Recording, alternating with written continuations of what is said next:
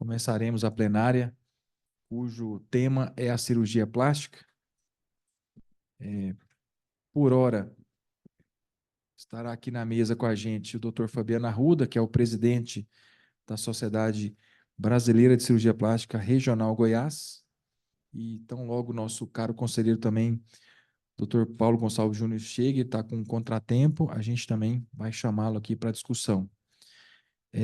As plenárias temáticas, elas têm um cronograma específico, a gente tem que tentar seguir essa linha, que é a apresentação do tema, depois abertura para que a gente faça considerações, e a gente vai anotando as ideias e sugestões de todos, para que a gente saia no final com algumas ações que o CREMEG possa estar realizando em prol da boa medicina. Então, nós vamos dar andamento à primeira parte, que o Dr. Fabiano preparou uma apresentação muito interessante para que todos possam ver. Lembrar que essa plenária está sendo gravada e será disponibilizada, né, Mar? Será disponibilizada no YouTube. Qual que é o prazo que você deu aí para disponibilizar no YouTube? Segunda-feira? Amanhã, ó, terça-feira. Agradecer a todos os colegas conselheiros presentes, agradecer a todo o pessoal do CREMEGO. Eu vou já passar a palavra para o doutor Fabiano, para ele fazer o uso da palavra. O senhor vai apresentar aqui, né? Então, eu vou tirar aqui as cadeiras da frente. O senhor vai ficar ali no microfone? Ok.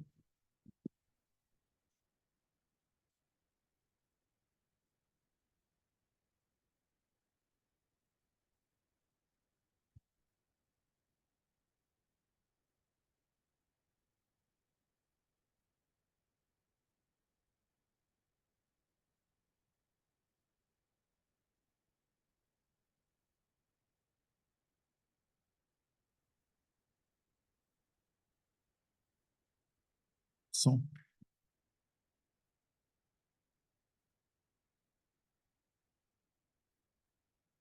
Bom, boa noite a todos. É,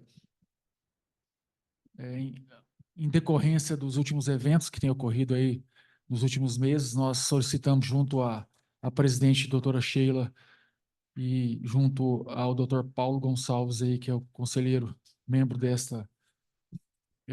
deste conselho, para que a gente pudesse começar e pudesse criar uma plenária para a gente poder discutir o assunto e poder trabalhar em conjunto para que a gente pudesse melhorar alguns fatores que influenciam diretamente aí nas seguranças dos pacientes, né, em cirurgia plástica.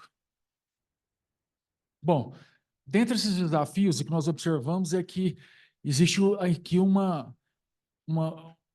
grande quantidade de fatores que podem influenciar, então, na segurança desse paciente. Envolve desde o cirurgião ao próprio paciente, do procedimento realizado da anestesia, da estrutura, do treinamento da equipe do hospital, a questão dos outros profissionais que têm invadido a seara médica e também a questão da imprensa que tem divulgado esses assuntos de uma forma bem incisiva. Bom, em relação ao pré-operatório, a gente sabe que o cirurgião plástico, então, ele tem 6 anos de formação, esse é o atual. São 6 anos de faculdade, mais 3 anos de cirurgia geral hoje e mais 3 anos de cirurgia plástica. E a sua formação envolve tanto a parte estética quanto a parte reconstrutiva. Hoje é possível tornar-se um membro especialista aí via MEC, que aí são via as residências médicas, e também via os estágios aprovados aí pela Sociedade Brasileira de Cirurgia Plástica. Aqui a gente tem que chamar uma atenção, por quê? Porque houve um período em que alguns médicos que, mesmo não tendo feito residência, foi aberta, então, a questão da regularização desses, e eles acabaram ganhando o título de especialista em cirurgia plástica, mesmo sem terem feitos aí, naquela época, o treinamento adequado. E a gente sabe que isso traz consequências, tanto é que é o que a gente tem observado, a frequência desses profissionais aqui nessa casa. Então, e nós também temos outro desafio que envolve alguns cirurgiões plásticos que não pertencem à SBCP, ou que foram desligados dela. Então, devido a algumas punições relacionadas aí, seja da parte ética ou da parte de não cumprimento do Estatuto da Sociedade, alguns membros foram desligados e outros por interesse próprio, nunca entraram para a sociedade. Então, em geral, como é que funciona? Esse paciente, então, normalmente ele passa pela consulta com o cirurgião plástico, que vai colher a anamnese, o exame físico, e normalmente ele passa pelo cardiologista ou pelo anestesista, onde ele vai também receber ali, orientações, termos, contratos, e vai fazer todos os exames e todos os preparos ali para poder realizar a cirurgia. E o que ocorre, então? Assim, a gente, dentro da cirurgia plástica, a gente tem até scores de segurança que a gente pode estar utilizando para que a gente possa escalonar esse paciente com alguns critérios que podem facilitar a segurança desses pacientes. Mas o que a gente observa, e aí uma coisa que a gente é muito preocupado às vezes, muitas vezes o paciente passa por um pré-operatório em que passa-se até um exagero de exames, de cuidados em relação a ele, talvez porque não esteja passando e esteja sendo avaliado da forma correta que deveria ser para a realização da cirurgia, seja pelo cirurgião, seja pelo anestesista, que também vai provocar aí um ato médico nesse indivíduo. Então, a gente já, em relação à anestesia, a gente já tem essas questões, já tem resoluções falando sobre isso, mas o que ocorre na prática? Em geral, pelo menos é o que a gente observa, colocando com alguns colegas, é que não ocorre uma consulta pré-anestésica, então não ocorre as orientações, TCLE, nada disso dos pacientes em relação ao ato anestésico, e também não é pedido exames complementares porque não passa por o anestesista em geral. Alguns hospitais têm mudado essa conduta, colocado isso como algo obrigatório. Eu acho que isso é bastante benéfico, até porque a anestesia tem também seus riscos e é importante que os pacientes saibam disso e saibam também como proceder e a quem procurar numa situação como essa. Em geral, ocorre uma avaliação pré-anestésica a poucos minutos antes da cirurgia.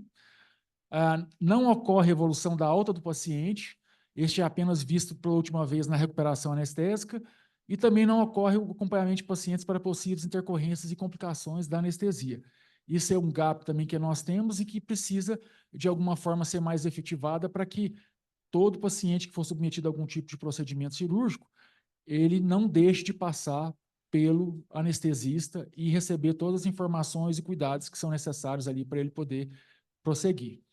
Além disso, nós temos a questão hospitalar que envolve tanto a estrutura hospitalar como o treinamento desses profissionais. Então, a maioria dos hospitais não possui protocolos para qualidade, para atendimento dos pacientes. Então, essas padronizações de POP ou mesmo de intercorrências de como lidar, onde fazer, não existe isso padronizado na maioria dos hospitais aqui. A maioria dos hospitais também não se preocupa com a certificação de qualidade, que é um estímulo também de uma forma direta, em que vão desenvolver esses procedimentos operacionais padrões para garantir a qualidade e a segurança dos pacientes. Nos hospitais que ocorrem os procedimentos, muitas vezes são médicos recém-formados, médicos que não têm nenhuma especialização, que muitas vezes não têm um treinamento adequado para atender as complicações ou as intercorrências que ocorrem com esse tipo de paciente. Falta estrutura, não tendo capacidade própria para exames laboratoriais diagnósticos. Então, a gente percebe que muitos pacientes acabam retornando para esses hospitais, porém, esses hospitais eles não têm a estrutura mínima para poder fazer um diagnóstico mais rápido e tomar as condutas mais adequadas de uma forma mais rápida para esses pacientes. Normalmente, esses pacientes eles vão precisar serem transportados. E aqui também existe um outro problema que, em geral, a solicitação de transporte ela é demorada, e então demoram horas para esse paciente sair daquele hospital para ele fazer um exame e depois retornar. A maioria dos procedimentos invasivos, por exemplo, não ocorre o uso, por exemplo, de passagem de acesso venoso profundo, por exemplo, com auxílio de ultrassom. Falta conhecimento das principais complicações. Falta de pronto-socorro no hospital com capacidade adequada para funcionamento. E essa questão do transporte intra-hospitalar. Em consequência disso, que nós temos visto isso também muito frequente na mídia, essa questão da invasão por outros profissionais, né? E a gente percebe que essa é uma coisa que a gente observa muito nas cadeiras aí de cirurgia, em que os cirurgiões mais experientes eles falam, olha, quanto maior a ignorância, maior a coragem. Quanto mais velho, mais experiente o cirurgião fica, mais ele fica temeroso e ele mais fica prudente em relação a realizar qualquer tipo de procedimento. Infelizmente, com a invasão de outros profissionais que não têm o treinamento adequado para essa técnica. Normalmente, eles acreditam que tem uma capacidade superior aí de conhecimento anatômico, declaram isso de uma forma bem ampla, e acaba que essas complicações elas vão parar nos consultórios médicos, e aí essa paciente fica naquele momento ali de descobrir o que ocorreu com ela e que não tem muita coisa que fazer depois que ocorreu isso aí. Infelizmente, a gente ainda tem casos ainda que pacientes também que escondem doenças, sintomas e cirurgias prévias para poderem operar, escondem intercorrências anteriores. Quando ocorre uma complicação, são orientados a criar uma narrativa para se beneficiarem, e nós temos hoje a questão dos grupos de WhatsApp e Facebook voltados para denegrir também o trabalho médico. Em relação à imprensa, normalmente o que a gente observa é um ataque ao médico, o médico incisivamente ali é passado e colocado aquele assunto várias vezes na imprensa, ainda que esse médico e os atos que ele ocorreu é passado somente uma narrativa em geral, não tem como ele se defender por causa da questão de não revelar o que foi ocorrido ali, em relação ao tratamento que foi feito nesse paciente, e vai sendo contada uma história e sempre é colocado um paciente como vítima e o médico como vilão. Rapidamente, hoje isso modificou, né, com essa questão da facilidade que tem as mídias sociais, basta uma aparecer, várias outras aparecem e muitas vezes aparecem de forma oportuna para tentar ganhar algum benefício daquela situação. Infelizmente, o que a gente tem observado de colegas é cirurgiões sendo difamados nas redes, vai gerando prejuízos profissionais, familiares, financeiros, crise de depressão, ansiedade, sofrem ameaças de morte e, infelizmente, aqui na nossa regional em Goiás, nós temos 3 casos de suicídios. E esse ano nós tivemos recentemente uma tentativa de suicídio recente, aí, há 2 semanas, de um colega nosso. Bom, de sugestões, a gente gostaria de criar uma comissão de segurança, envolvendo tanto a sociedade quanto o CREMEC, para ter acesso aos prontuários e dados do ML. Nós tentamos fazer isso já esse ano, solicitamos, o ML negou. Então, eu gostaria de pedir aqui o apoio de vocês para a gente solicitar novamente em conjunto, para entender que isso não vai ter quebra de sigilo médico e que nós precisamos disso até para investigar, compreender as causas e trabalhar em cima disso de uma forma mais enfática, para falar, olha, tal procedimento tem que ter o cuidado disso, disso e disso, porque pode ocorrer isso, isso e isso. E eu acredito que a gente tendo essa avaliação do ML vai facilitar muito essa descrição e essa diretriz para que os cirurgiões adotem ela de uma forma em conjunto. A tornar mesmo a consulta pré-anestésica obrigatória, seja por via hospitalar, seja mesmo via as cooperativas, e também a evolução no pós-operatório e o acompanhamento também do ato anestésico, do que foi feito, para que os pacientes tenham, que seja por telefone ou um retorno, mas que eles possam também ser acompanhados pelo anestesista para saber se aquela ação ali não teve nenhuma complicação que precisa de cuidado maior do cuidado do colega anestesista. A CREMEG, SBCP e CBA atuando juntos em hospitais com verificação de pontos críticos, efetivando critérios para que seja esclarecido ao médico e paciente o que aquele hospital pode oferecer. Combate à destruição da profissão médica, já iniciado aqui, já discutido tantas vezes aqui nessa plenária. E cursos de capacitação para as principais intercorrências em anestesia, cirurgia e manejos dessas. Existe um anestesista colombiano que criou um curso, eu já participei desse curso 2 vezes, é um curso extremamente interessante, que ele trabalha com as principais intercorrências dentro da sala de cirurgia e após a sala de cirurgia relacionadas tanto ao procedimento anestésico quanto à cirurgia realizada. Então, acho que também seria válido e interessante. Funciona como se fosse uma TLS, para que as pessoas tenham esse treinamento, façam uma renovação disso, para facilitar a identificação de qualquer tipo de intercorrência, qualquer tipo de complicação que ocorra nesses pacientes durante os procedimentos e na recuperação deles. Muito obrigado.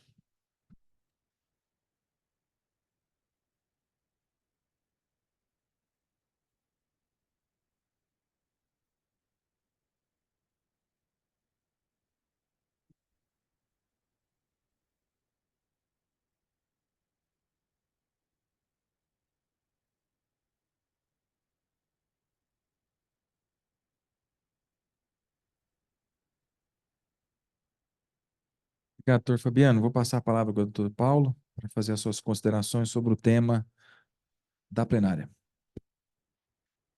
Boa noite a todos. Primeiro, parabenizar o doutor Fabiano pela excelente apresentação de alguns pontos que são essenciais, né? Que a gente pode melhorar e que a gente deve melhorar, principalmente com relação a essa qualidade, a qualidade no atendimento prestado ao paciente desde o início, né, da programação da cirurgia, como a visita pré-anestésica, como os cuidados também hospitalares e também todo esse acompanhamento. Inclusive, até eu pedi que a gente fizesse uma plenária, que a gente pudesse incluir a participação dos anestesistas, porque é o profissional que acompanha esse paciente, né, desde o início do procedimento até o final, e a gente precisa dessa interação cada vez mais frequente com a gente, de forma mais organizada. A gente precisa otimizar isso.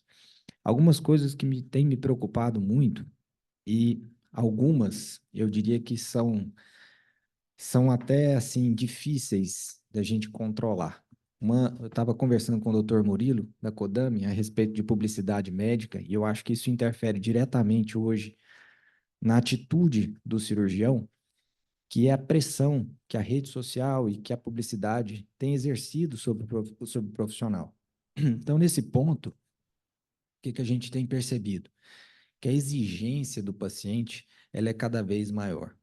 O próprio profissional, né, médico, aquele que muitas vezes infringe as normas da Codami e acaba veiculando, né, uma publicidade que é indevida, isso tem alimentado isso. Isso tem alimentado esse desejo irreal do paciente pela busca de um resultado perfeito. E por isso ocorre uma pressão ainda maior em cima do cirurgião, porque ele se vê cada dia mais pressionado a entregar um resultado próximo do perfeito, né? E que a gente sabe que isso é impossível. E, ao mesmo tempo, a gente vê que o mercado acaba pressionando cada vez mais esse profissional nesse sentido. Então, o que fazer, né? A gente estava conversando hoje com essa nova norma da publicidade, tem piorado as coisas. Por quê?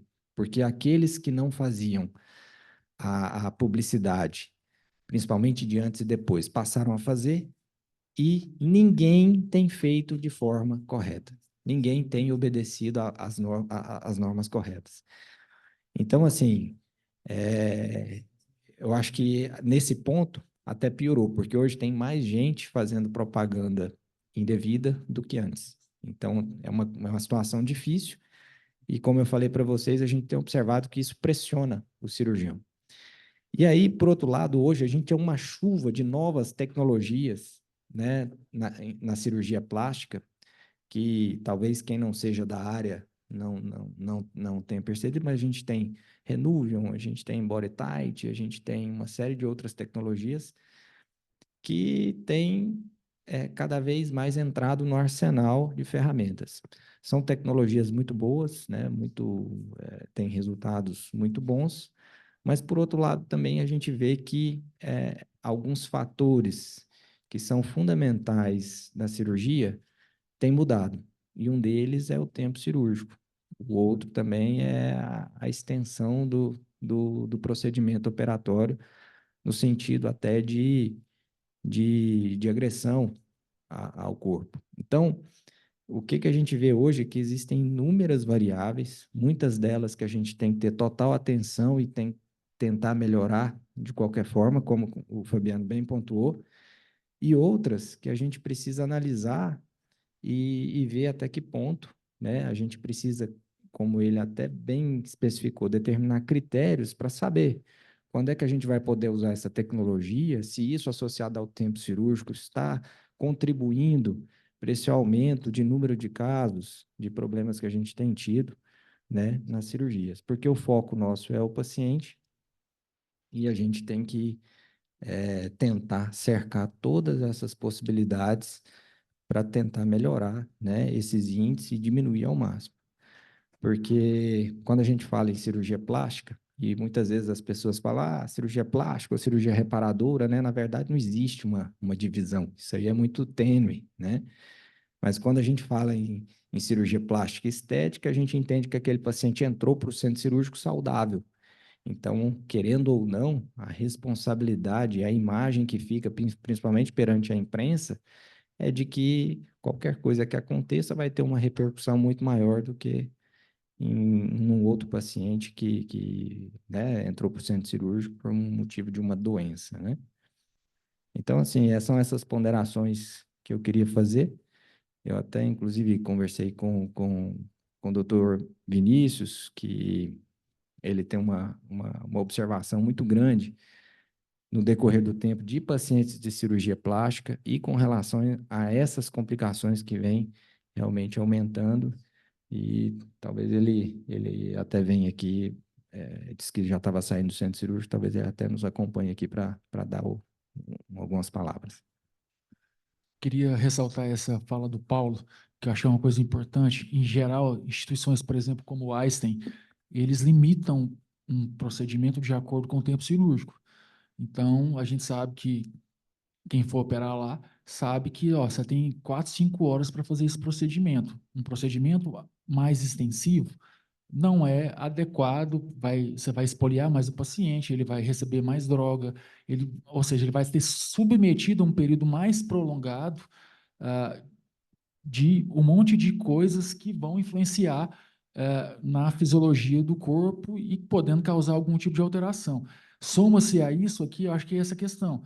Hoje nós temos uma grande quantidade de técnicas novas, existe a necessidade de um treinamento para que na curva de aprendizado esse tempo de cirurgia diminua e, infelizmente, muitas vezes são cirurgias de 10, 12, 13 horas e são essas cirurgias que a gente tem visto dia a dia aí com problemas graves dentro da mídia e para esses pacientes. Eu acho que esse é um tema que é interessante, vale a pena debater. Talvez a gente não consiga isso simplesmente com uma normativa, mas provavelmente via instituição ele pode ser uma coisa mais viável, né?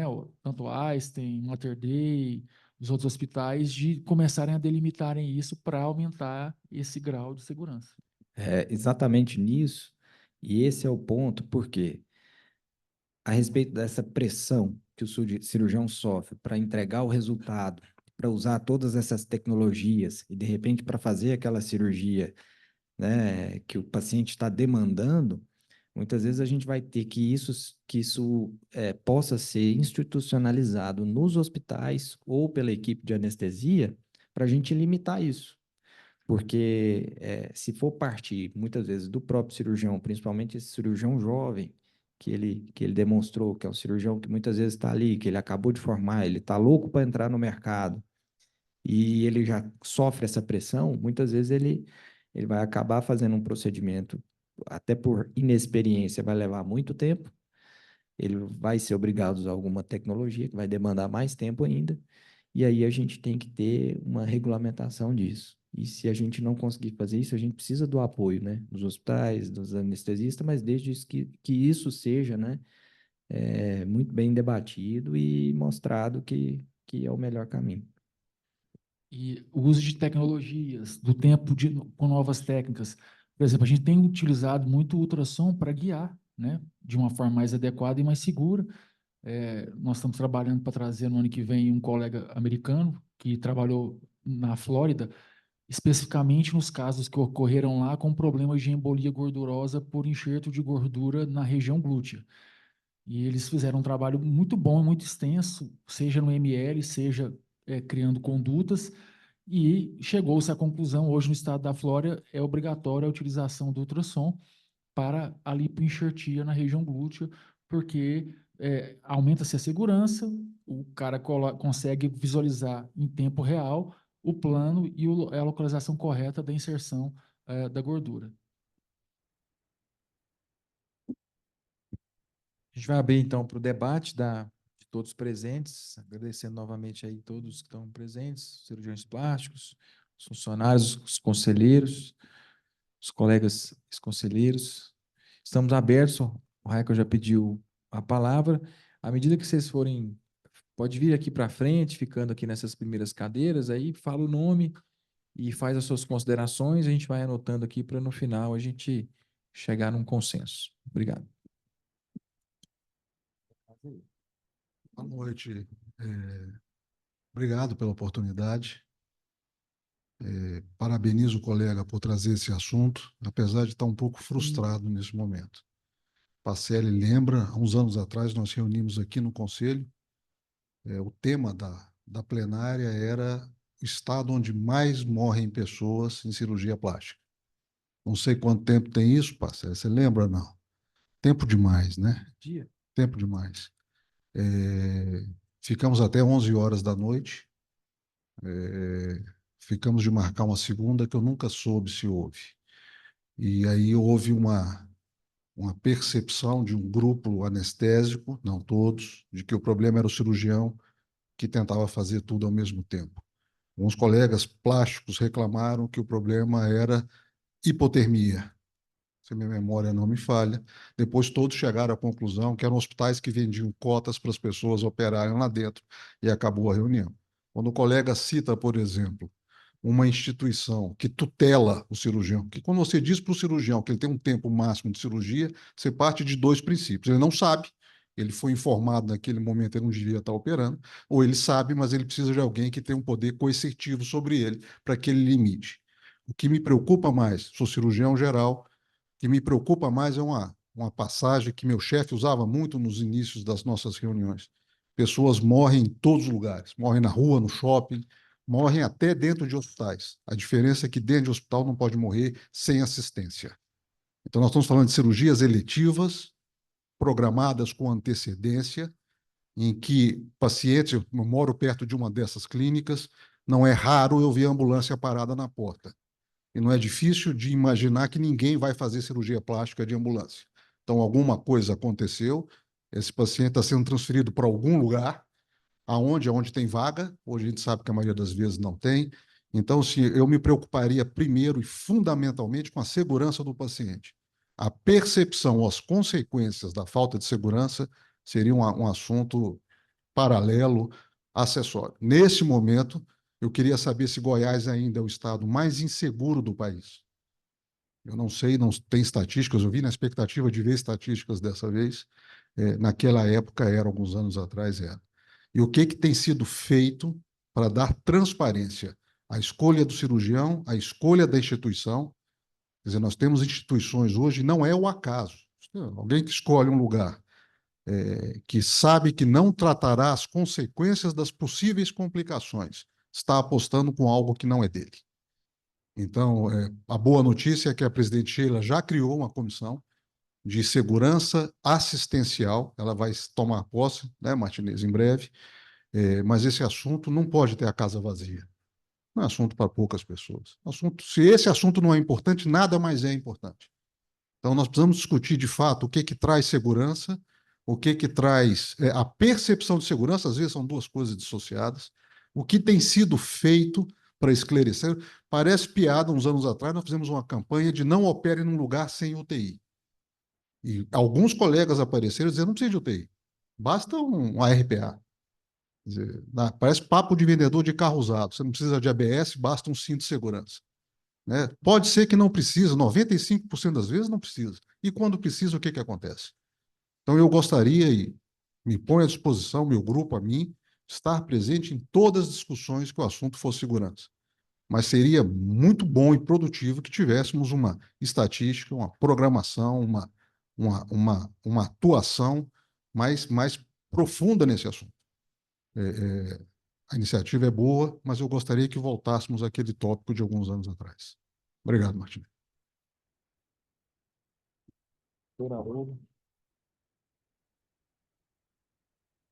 Boa noite a todos, Haroldo. Estou atualmente como presidente da Cooperativa de Anestesiologia, sou conselheiro dessa casa. Parabéns, Fabiano, pela iniciativa do tema. Lamento a gente não ter tido a Sociedade de Anestesiologia do Estado de Goiás convidada oficialmente para a participação do evento. Até mandei uma mensagem agora para o presidente, para o diretor científico, olha, não sabíamos que a anestesia ia ser abordada, mas talvez por não ter observado atentamente o tema, porque quando se fala em segurança em anestesia, em cirurgia plástica, é impossível a gente não ter o tema anestesiologia como um tema citado.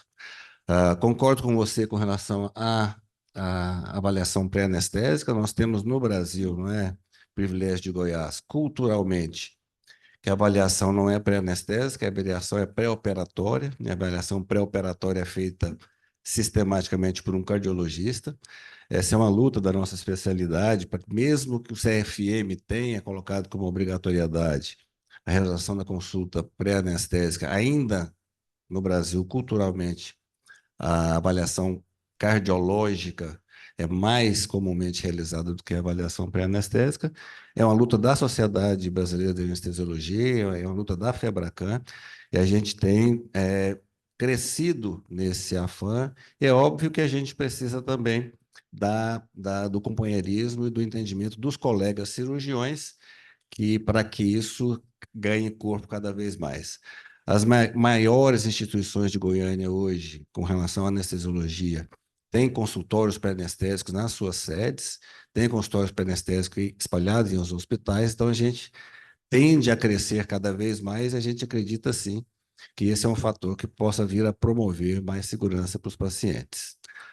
Raico, não precisa ir longe com relação a não opere onde não tem UTI, não, que a nossa campanha esse ano, que começou o ano passado, é não faça anestesia e sedação sem anestesista. Não precisa ir muito atrás, não precisa ir muito atrás, não. Esse tema é extremamente atual e nós reiniciamos a campanha, inclusive, né, com auxílio do CREMEG, vamos ter 4 aulas agora em julho sobre segurança e anestesia no atendimento, no pronto atendimento, e temos trabalhado nessa campanha e vamos fazê-la até o final do ano, mostrando da importância, e até é legal a gente ver a importância que vocês estão dando à anestesia. Muitas vezes isso não acontece, né? A gente é relegado a um segundo plano e busca-se, algumas vezes, não frequentemente, a questão da anestesia ser o grande diferencial de preço com relação ao procedimento. Isso também aumenta o risco. E colocamos não só a Saego como a Companhia à disposição para que a gente, em conjunto, elabore um plano de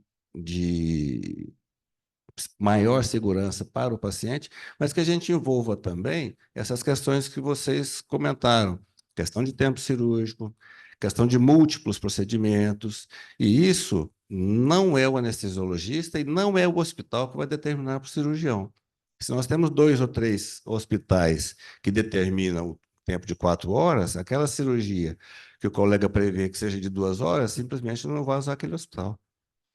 Então, não é o hospital que vai determinar o tempo cirúrgico e muito menos o anestesiologista que vai limitar o tempo cirúrgico ou a quantidade de procedimentos. Eu acho que a gente precisa fazer até um estudo ou uns trabalhos em conjunto, e eu coloco a Saego à disposição, para que a gente tenha fóruns de debate e até mesmo, se for o caso, workshops de segurança em anestesia para cirurgias plásticas, para que vocês entendam o que é para o anestesista o aumento do risco em função do tempo, em função da espoliação, em função dos múltiplos procedimentos. Eu acho que falta realmente uma interação para que nós tenhamos um consenso do que é o mais seguro para o paciente, que muitas vezes, como vocês dizem, talvez por inexperiência ou por desconhecimento, propõe-se alguns procedimentos que são demasiadamente demorados, que são demasiadamente expoliativos e que fatalmente aumentam o risco de complicações. Então, acho que essa interação e esse trabalho em conjunto é absolutamente necessário, porque, no final das contas, o que nós todos queremos é a mesma coisa, é o paciente ser bem atendido e ter uma cirurgia de sucesso, tá? A palavra está aberta. Claro, o senhor tem toda a autoridade. Terminou a residência, vai fazer cirurgia grande, pressão do mercado, tudo. Como é que está a questão do auxiliar? Nós temos a equipe tem o médico, anestesiologista, tem o cirurgião, que é o comandante, né? E o auxiliar dele sempre é outro médico, cirurgião plástico, ou não? Isso deve ser sempre um cirurgião plástico, por exemplo. Aí essa questão até, doutor Haroldo, que o hospital, por exemplo, O Einstein, ele não permite que você faça nenhum tipo de procedimento sem o auxiliar. Pode ser em qualquer área, pode ser em qualquer cirurgia. As famosas instrumentadoras que até em muitos locais elas acabam a cirurgia, né? Isso. Então, se eu tenho cirúrgico, se eu tiver o doutor Pablo te auxiliando, com certeza o tempo cirúrgico será. Exatamente.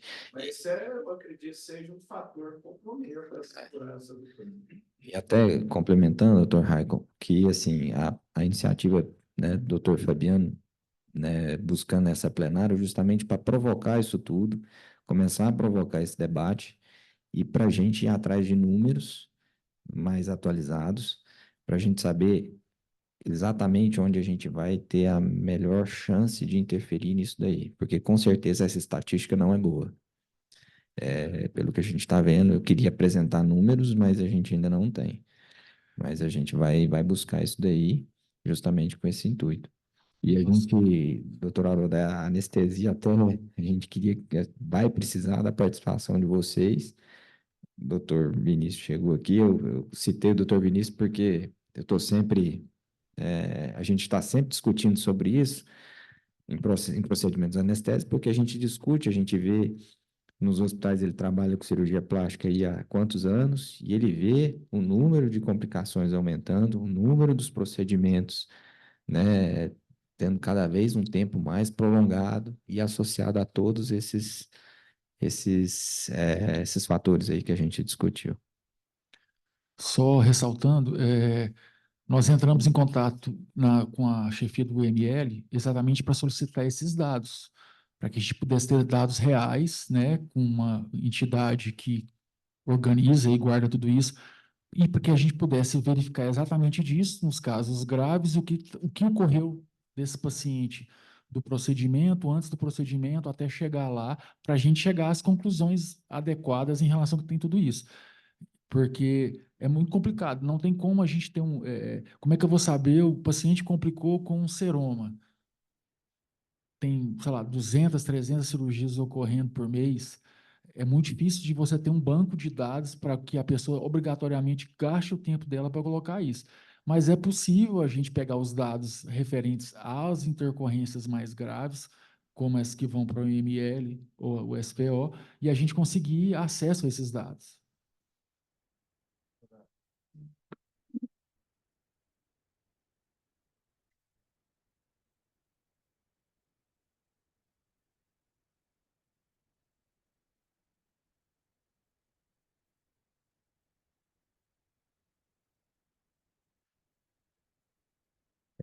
Eu não sei te dizer ao certo, mas eu acho que ele exige que tenha.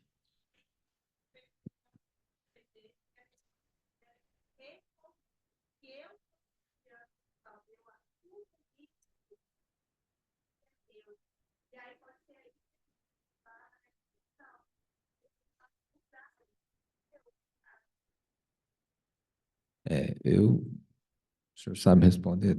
Não, eu estava indo para outra linha aí da estatística. Eu não sei se alguém souber essa resposta, se exige, assim, o que eu acho interessante é que, assim, até em relação a instituições, né, hoje a gente tem uma instituição que realmente exige, né, que é o Einstein lá. Exato. Ele é o que está em resolução, com a melhor acreditação. Quando você vai fazer técnica operatória na faculdade, a primeira coisa que faz, nunca se opera sem o auxiliar médico. Se você passar mal, tiver alguma coisa, quem vai terminar? Inclusive, A não ser que você tenha um azar dos 2 ou 3 cirurgiões, todo mundo passar mal, né? Mas é uma orientação que você tem, mesmo se não seja legislação, mas do ponto de vista moral e ético, a coisa deveria ser seguida, né? até para ilustrar isso aí, que a gente acha que não acontece, eu tive um colega que teve exatamente essa situação. Neurocirurgião, ele estava fazendo uma cirurgia e ele deu um mau jeito na coluna lombar, provavelmente ali uma hérnia de disco, e ele teve que ligar para o irmão, que é neurocirurgião também, e ir para o hospital para finalizar o procedimento, porque ele não tinha condições de finalizar o procedimento.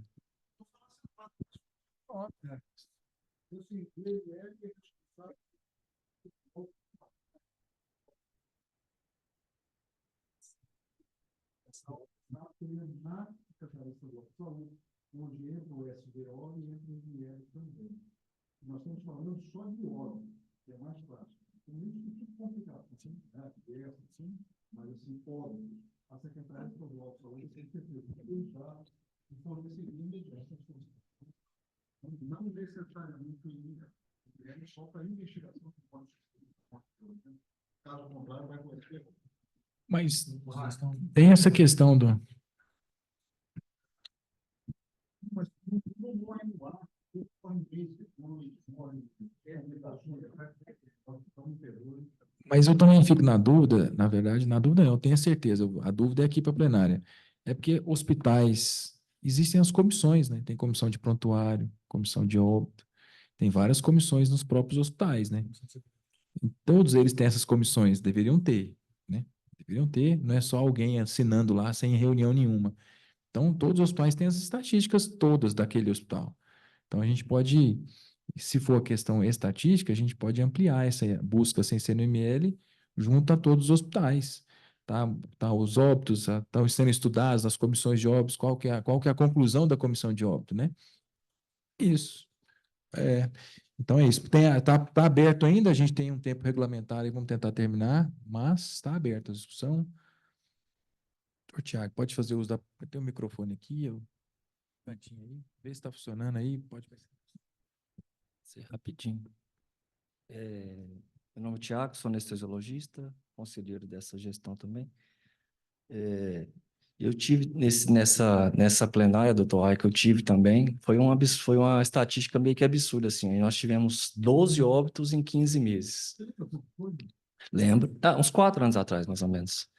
E a conclusão foi que todos os cirurgiões plásticos e anestesistas que estavam presentes, todos faziam os protocolos, todos usavam o aplicativo da Sociedade Brasileira de Cirurgia Plástica e que ninguém fazia nada errado. E que quem precisava estar ouvindo o que a gente estava falando era quem não estava aqui. A conclusão foi essa e não se pediu novas plenárias para isso. Então,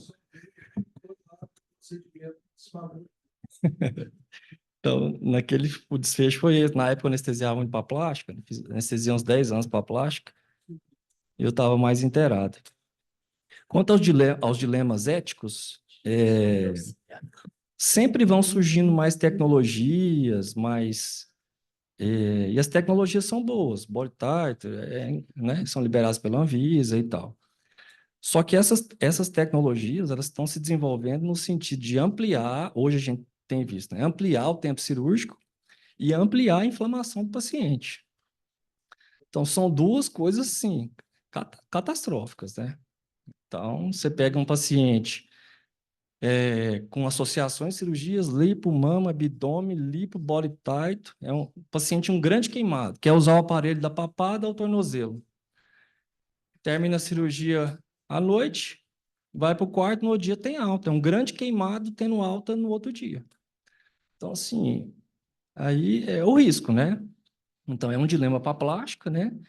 Que se sente pressionada pelo mercado, mas acaba que a plástica repassa para a gente, né? Eu vou fazer, e agora? Eu anestesio ou não anestesio? Né? Então, a gente tem visto cada vez mais complicações e é notável, assim.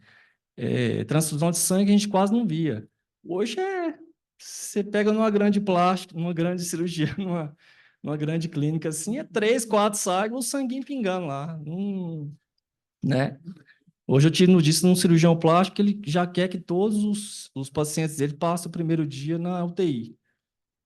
Então, assim, é um dilema, mas assim, a gente tem que ver até onde vai esse limite, né? Daqui a uns dias vai exigir extracorpóreo para toda plástica. Tem limite, a gente vai andando. Consulta pré-anestésica, né, é necessária. E é isso, eu acho que as tecnologias estão aí.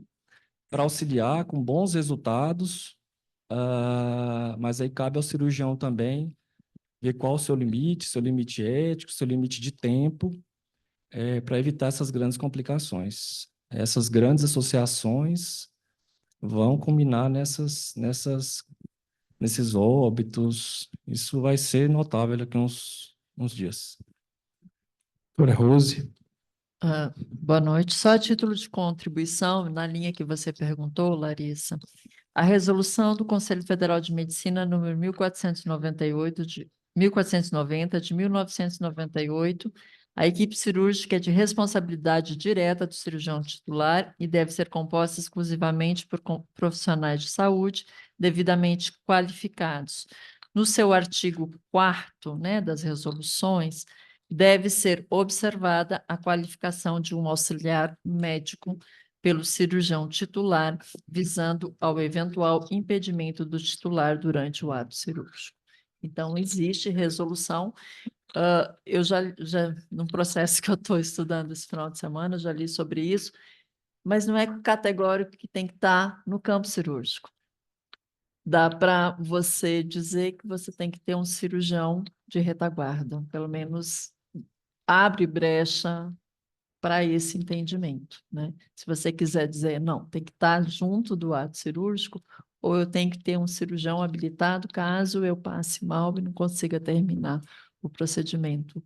Eu realmente não achei que poderia ser mais enfático, que teria que ter um segundo cirurgião em campo, mas não é bem isso que diz. Obrigado. Mais alguém? Então a gente... Só fazer mais um comentário em relação ao que o Dr. Tiago falou, que é muito importante, é esse limite, né? E o cirurgião plástico tem que começar a discutir isso, mas nós vamos precisar do apoio da anestesia, dos hospitais, para a gente poder amarrar isso aí. Por quê? Esperar que o cirurgião plástico, novo, recém-formado, ele, imposto por essa pressão do mercado, que ele tenha essa consciência, porque ao mesmo tempo que surge a tecnologia, é como ele falou, fica mais comum a transfusão, fica mais comum a câmara hiperbárica, fica mais comum outros recursos, né, para amenizar todo aquele procedimento imenso que está sendo feito e está agredindo o paciente. Então, acho que isso aí é importante e acho que serve justamente para a gente discutir isso aqui e numa próxima plenária a gente já trazer algumas soluções para que a gente possa, né, resolver isso. E ressaltar que eu acredito que não seja uma coisa específica simplesmente de alguma área ou de alguma especialidade. Mas, como nós citamos aqui no início, é uma conjunção de fatores que precisam ser melhorados, que envolvem várias estruturas e pessoas que vão trabalhar em conjunto para, pelo menos, cumprir aquilo que deveria ser cumprido em relação à questão da segurança. Ali, quer falar? Vem cá. Ou se você quiser falar, você fala o seu nome daí, se a gente... Vem aqui no microfone, tranquilo. A gente está aqui, vai tentar sintetizar um final para a gente não... Mas enquanto tiver gente ali, não sei se o senhor quer falar também. Boa noite, é Carlos Gustavo, sou cirurgião plástico. Eu fiquei preocupado, que eu faço muita cirurgia reconstrutiva, né? E eu acho que limitar o tempo... Bom, você começou bem falando da cirurgia estética e reconstrutiva, é uma coisa só. Eu concordo, e assim, só que tem a dia a dia a cirurgia mais estética do que reconstrutiva, né? E faço muita cirurgia reconstrutiva, menos estética, não menos, mas assim, a gente tem que ver mais função, primeiro vida do paciente, né? A função e a estética, né? Nessa ordem. Me preocupa colocar limite de tempo, porque a gente faz cirurgia reconstrutiva, o tempo é relativo, porque trabalhamos muito em conjunto com cirurgia oncológica, grandes ressecções de parede abdominal, de mama, de cabeça e pescoço, onde às vezes entra neurocirurgia, cirurgia de cabeça e pescoço e a plástica micocirúrgica. Então, por vezes, são cirurgias que duram 12 horas, 16 horas, eventualmente mais que isso. Então, assim, colocar um limite em cirurgia plástica, já que nós estamos falando que a cirurgia plástica é eu acho difícil. Então, se você estabelecer, bom, tem que ter só 6 horas, mas o que é estética, o que é reconstrutiva, aonde eu estou falando aqui mais para a gente refletir. sobre isso. Obrigado. A gente que agradece, doutor Carlos. Mais alguma intervenção? Pensando aqui, eu cheguei atrasado, posso até repetir algumas coisas na portuguesa, mas por eu já estar 25 anos já no plástico, vem essa evolução, e o que o Thiago colocou aí foi muito bem, vai ser muito bem aceito por todos aqui da sociedade, tanto de cirurgia plástica, quanto de anestesiologia. Esse tempo cirúrgico, junto com não filtrar paciente com MC, aumentou demais. Esses pacientes com distúrbios psiquiátricos também, então estão sendo filtrados. Inclusive, o último artigo que tem agora é falando sobre essas depressões que tem no pós-operatório. E eu não estou nem falando das questões de distúrbio cardiológico, que já foi citado, por isso do metabolismo, né, do risco que tem aí grande, de outras complicações sérias que provavelmente a gente vinha acompanhando. Essa competição está tendo, né, sem ter umas resoluções diretas da sociedade brasileira de cirurgia plástica. Então, a gente tem que cobrar mesmo, refletir.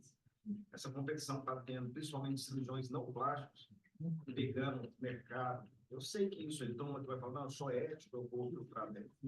Mas as coisas não são bem essas.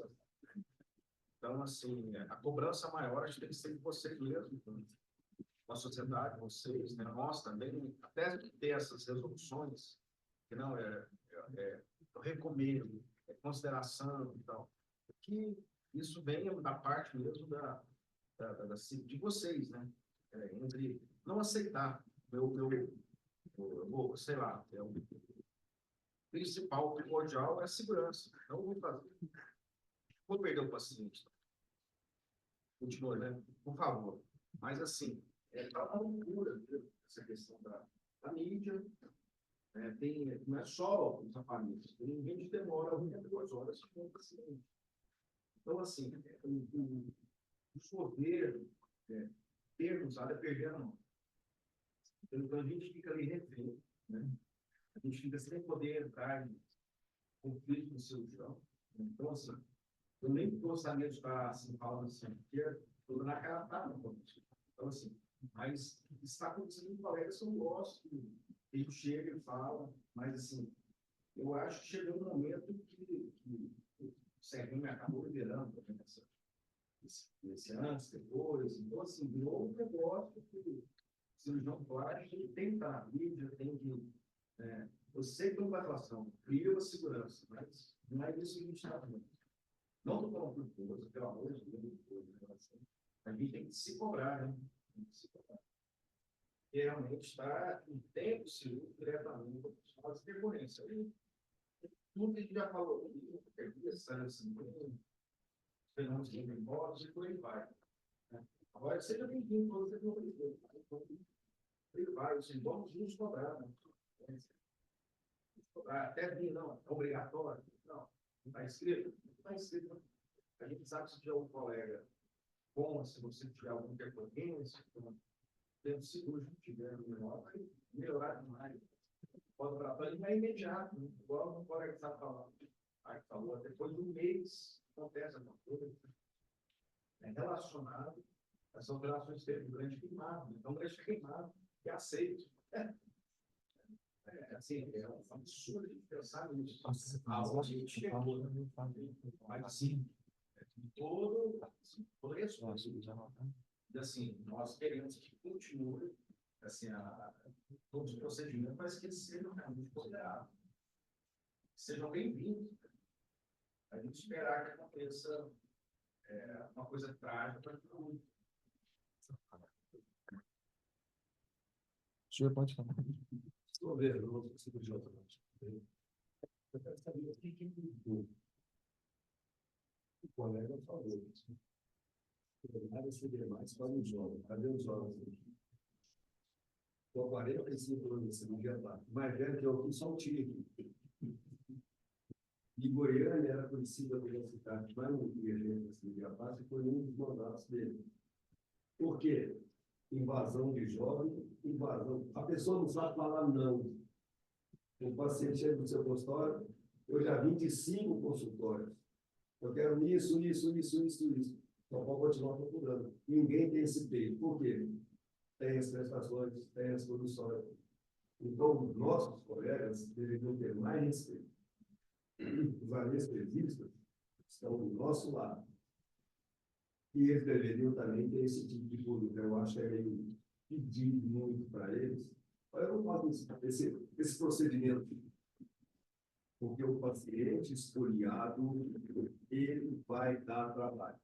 Rotina transfusão, não existe isso. Isso é um tiro no pé. Então, você tem consultórios médios, consultórios vazios e consultórios lotados. Você lida com os caras aí, o pessoal tem vaga para você o ano que vem. Porque o que você pedir sai. A que preço? Nem tem colega que não está nem pedindo exame pré-operatório mais. Eu sou da época que o paciente chegava no seu consultório, você nem fotografia tirava. É mama, faz esses examezinhos aqui, Paulo. E no outro dia internava e operava. Sozinho, com instrumentadora, auxiliar nunca. Hoje você dá um monte de coisa desse tamanho para ele, e você ainda vai ouvir. O que mudou? Mudou o cirurgião. Mudou o paciente. O paciente é uma louca.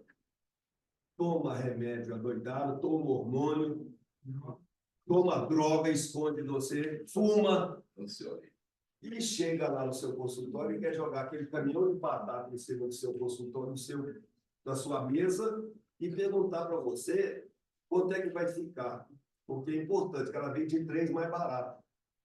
Quer dizer, está toda a puca pronta, cai quem quer. Eu acho que os mais velhos não estão caindo, mas os novos estão. Então, a gente tem que puxar um freio a partir do CRM. Na nossa sociedade, eu participo da Comissão de Ética Médica há 25 anos. Nós temos 3 livros dessa altura de tudo quanto é desculpa que o médico vai dar. Não existe isso. O CRM tem que começar a puxar a regra. Em vez de puxar, abrindo. Agora você vai botar o pré e pós. Você acha que aquele paciente do pré é o mesmo do pós? Sem nenhuma. No pré, ele está lá sem uma maquiagem. No pós, ele está todo maquiadinho. Vai para a rede social. Doutor, só não tem rede social. Eu não tenho que botar na rede social. A minha propaganda é feita pelo paciente. Não, doutor. Assim a gente não sabe quem é quem. Quer dizer, tem essas impulsionadoras de rede social. O paciente, eu vou operar com um doutor que tem 10 mil seguidores. O que é isso? Então, a gente tem que dar uma freada nesse tempo. Tem que dar uma freada de arrumação. Eu não sei onde começar as coisas, mas nós já estamos perdendo esse bonde.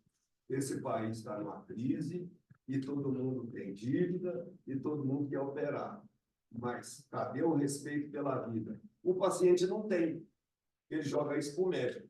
O médico não tem, porque ele tem dívida. Joga para o anestesista? Coitado do anestesista. Mais um. Não tem dívida, não tem dívida. Mas ele se tiver a nossa cirurgia, ele ganha. Se não tiver a nossa, ele ganha de outro. Agora, nós, se não tiver a nossa, nós não ganhamos. Nós temos que dar uma freada de arrumação nessa situação, porque jogar o médico para os leões está muito fácil. Porque cirurgião plástico, todo cirurgião plástico é rico. Eu não sabia, com diploma vem dinheiro, o meu não veio.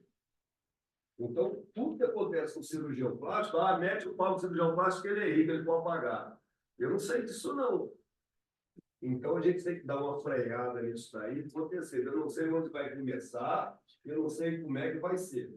Mas está levantando uma bola aqui, eu sou o está levantando a bola, eu sou secretário de ele provoca é uma coisa.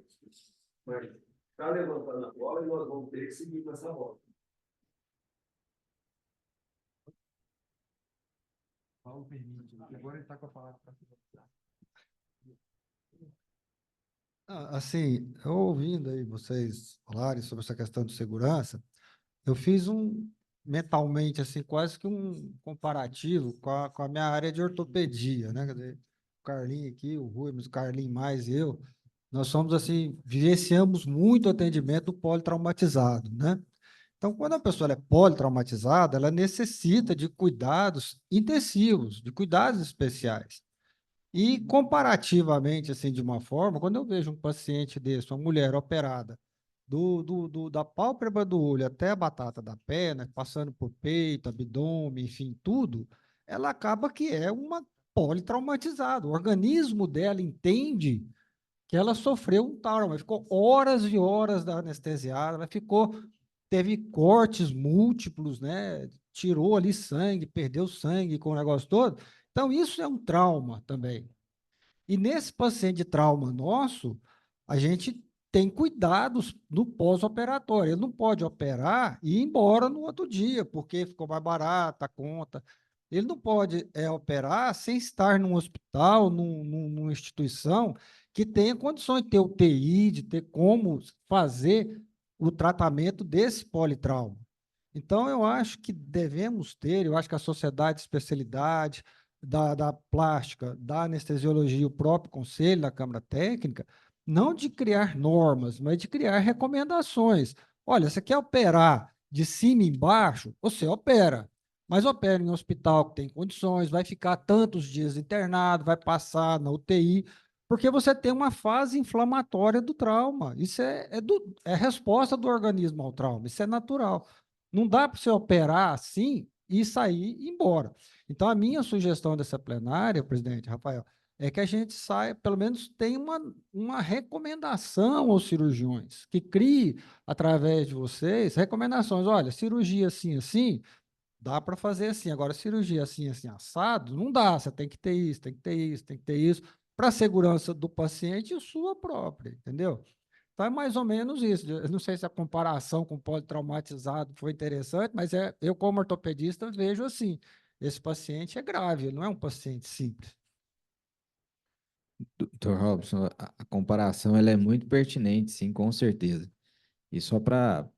E eu acho que a questão é essa: a recomendação, eu acho que ela é válida, tem que ser feita, mas eu não sei se ela sozinha vai ser suficiente. Porque, até pegando o gancho, falando um pouquinho só de estrutura, que eu já me lembro do senhor falando, quando eu vim para Goiânia, eu tinha eu fiz minha formação em São Paulo, eu tinha uma vivência com os hospitais de lá. Quando eu cheguei aqui, eu não sei se essa fala é sua, mas você dizia assim que o dono de hospital em Goiânia, ele investe em fazenda e não investe em hospital, não é? É. Então, hoje, o que eu vejo é que a estrutura hospitalar de Goiânia melhorou muito. E, inclusive, o atendimento ao paciente, ao pós-operatório, melhorou demais. A estrutura dos hospitais, dos plantonistas, né, tem melhorado muito, só que ela não acompanhou a velocidade com que a cirurgia plástica está avançando.